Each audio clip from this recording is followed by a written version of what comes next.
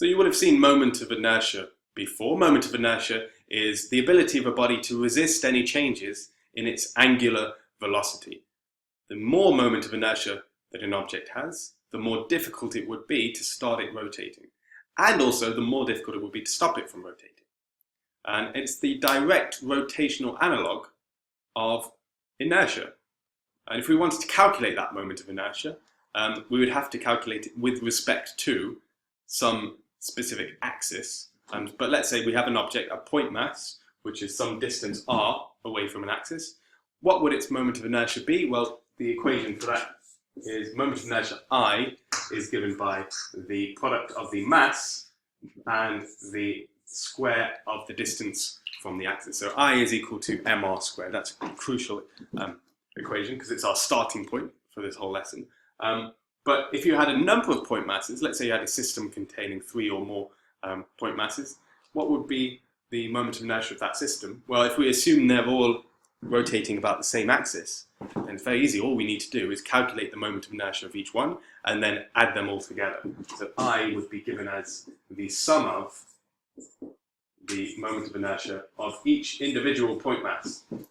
So easy, but in reality, very rarely can we model systems as a combination of point masses.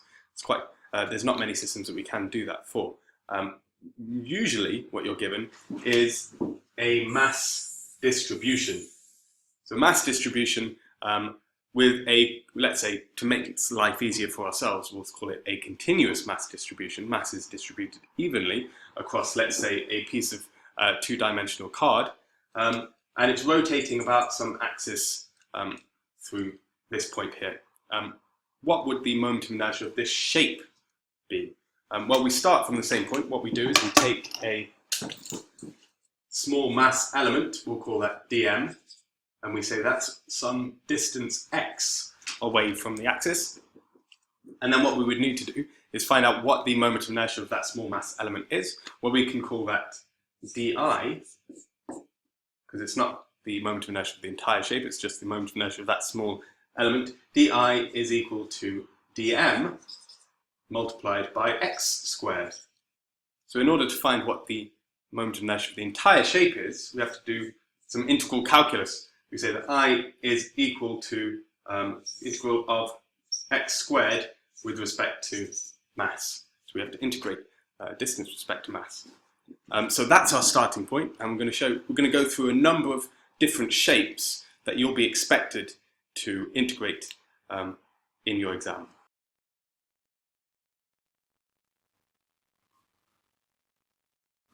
So the first shape we're going to run through is a hollow ring, like a hula hoop, but an infinitesimally thin hula hoop where all of the mass is distributed evenly, some distance r away from the central axis. So what is the moment of inertia of a hula hoop, an infinitesimally thin hula hoop of mass m?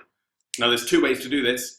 One of them is blindingly obvious, and the other one is a little bit more laborious. The laborious method is the one that you have to know, so pay attention. If we take our small mass element dm, now mass and distance in this case are completely independent quantities. R has no mass dependence, or the distance has no mass dependence. So R in our equation is a constant. We can remove it entirely from our integral. So we can change this into I is equal to R squared times dm. If we were to integrate dm, we would get I is equal to R squared m, the total mass of our ring, which is exactly the same, that expression is exactly the same as a point mass, some distance r away from the axis of rotation. And that makes sense, doesn't it? Because if you were to take that point mass and you were to split it up and spread it evenly, the same distance away from the axis of rotation, you'd expect it to be just as difficult to rotate. You would expect. Now the laborious method is if we were to take this dm and we were to say that mass element has some length dl. Okay, so the entire ring has some length l, and the mass element that we're taking just has a length dl. Now, because it's distributed, because that mass is distributed evenly, then the ratio of dm, or the small mass element, to the total mass of the ring, we would expect to be the same as the ratio of dl upon L, the total length. Okay? Now that's an important expression because that is the first step in all of the integrals that you expected to know.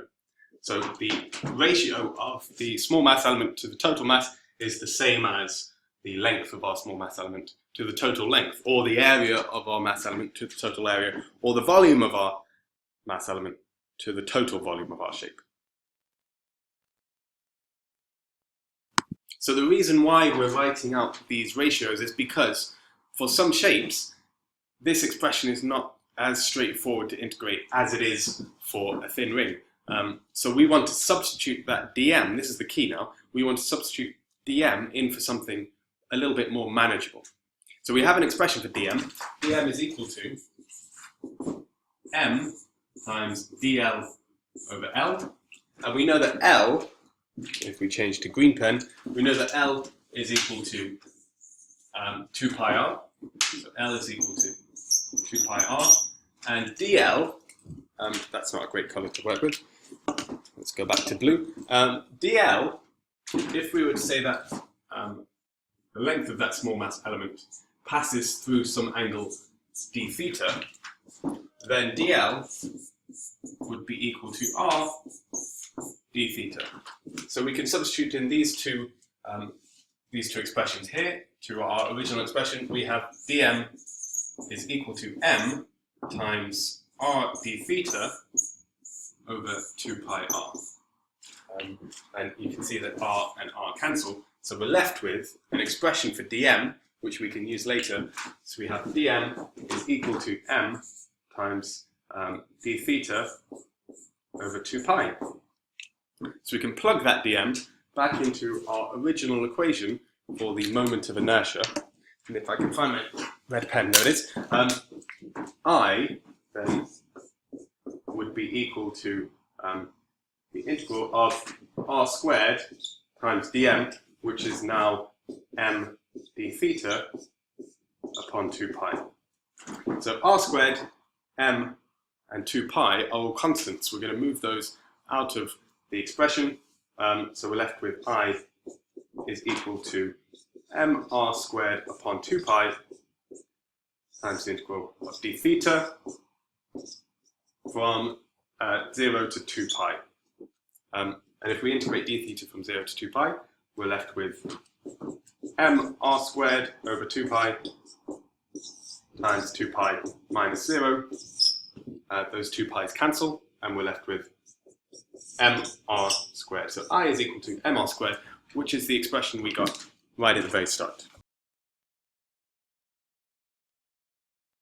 So the next shape that we're going to run through is a rod that's rotating about an axis which passes through one of its ends. So it's exactly the same process. We take a small mass element, dm, and let's assume is some distance x from that axis. The mass element has a length dx, and the total length of the rod is L. So we have our ratio dm over m, the ratio of the small mass element to the total mass. dm over m will be equal to dx over L. So now we want to integrate our expression I, r squared dm. So we have I is equal to the integral of, in this case, since we're using x instead of r, we say x squared times dm, and dm, if we rearrange this equation, we get m dx over L. Now what here is a constant? Well, m is a constant and L is a constant, so we take those two out of the integral. We say that I is equal to m upon L multiplied by x squared dx, and that's from L to 0. And that's an easy expression to integrate. That gives us m over L x power 3 over 3 between L and 0. That becomes m over L to the power 3 over 3 minus 0. And if we multiply out brackets, we're left with ml squared over 3. So I, our moment of inertia, is equal to ml squared over 3. Now you remember that moment of inertia is always defined with respect to an axis. So if we're going to change that axis, we would expect also that the moment of inertia is going to change. So let's say we don't rotate about the rod's endpoint. Instead, we rotate about an axis which passes through the center of the rod. We would expect the moment of inertia to change, and we would expect it to decrease, in fact, because most of that mass now is closer to the central axis. So we want to prove that numerically. It's exactly the same starting point. We have dm over m is equal to dx over L, where L is the total length of our rod, and dx is the length of our small mass element. But the only thing that changes is the integral that we evaluate over. The limits of that integral are minus L over 2 and plus L over 2. So that changes everything. We'll see how that changes things. We have I is equal to r squared dm, or x squared in this instance. So the integral of x squared dm, and dm in this case is m times dx over L. Now m and L again are constants. We remove them in the same way from the integral. So I is equal to m over L times x squared dx. The limits of our integral are L over 2 minus L over 2. So that becomes m over L times x cubed over 3. And we're evaluating that between L over 2 and minus L over 2. So if you continue with this integral, m over L is L over 2 to the power 3 over 3 minus L over 2 cubed over 3. Now this and this negative and this negative become a positive, so we get m over L is equal to L cubed over 24, and you can do that yourself, plus L cubed over 24. And if we were to expand these brackets, we would be left with 1 over 12, 1/12 ml squared. So that's our moment of inertia for a rod which is rotating about the central axis. So the next shape we're going to evaluate is a disk of area A. So a two-dimensional flat disk of area A. We want to know the moment of inertia of that disk. We have to choose our mass element in this case quite carefully. And we choose a ring. Our mass element in this case is a ring of thickness dx. That ring is situated some distance x away from the central axis. And so if we were to use our expression dm over m is equal to dA over A, the ratio of the mass of that element to the total mass is the same as the ratio of the area of that element to the total area, dA over A. dA, so the area of this ring, we have to find by doing a subtraction. The subtraction is the area of this large circle minus the area of this smaller circle. And if you do that, I'll show you the expression, I'll show you the evaluation of that in a short moment. But you get dA is equal to 2 pi times x multiplied by dx. So essentially, if dx is sufficiently small, so it's infinitesimally small, the outer perimeter of that ring is the same length, approximately, as the inner perimeter of that ring. So if we were to stretch that out into a straight line, we would get essentially a rectangle, where the length of that rectangle is 2 pi x, and the thickness of that rectangle is dx. I'll prove that in a slide in a moment, but dA is 2 pi x dx, and A, you know, is pi r squared. So we have an expression for dm. dm is equal to the mass of our total disk multiplied by 2 pi x dx over pi r squared. Okay, so the pi's cancel each other out. We're left with an expression of dm is equal to m times 2x dx over r squared. Okay, so we could substitute that dm into our equation for the moment of inertia. We have I is equal to r squared, in this case x squared, the distance of the ring from the centre, x squared multiplied by 2x dx over r squared. So we take the constants out, that's 2 r squared, oh, and there's an m at the top, so m over r squared, 2m over r squared, we remove from the integral, so we have 2m over r squared multiplied by x cubed dx, which becomes 2m over r squared. If we integrate x cubed, we get x to the power 4 over 4. And what are we evaluating that between? The limits are r, which is the radius of the disk, and 0, so between r and 0. And if you expand those brackets, eventually you will get 1 over 2 mr squared. So our constant in this instance is a half.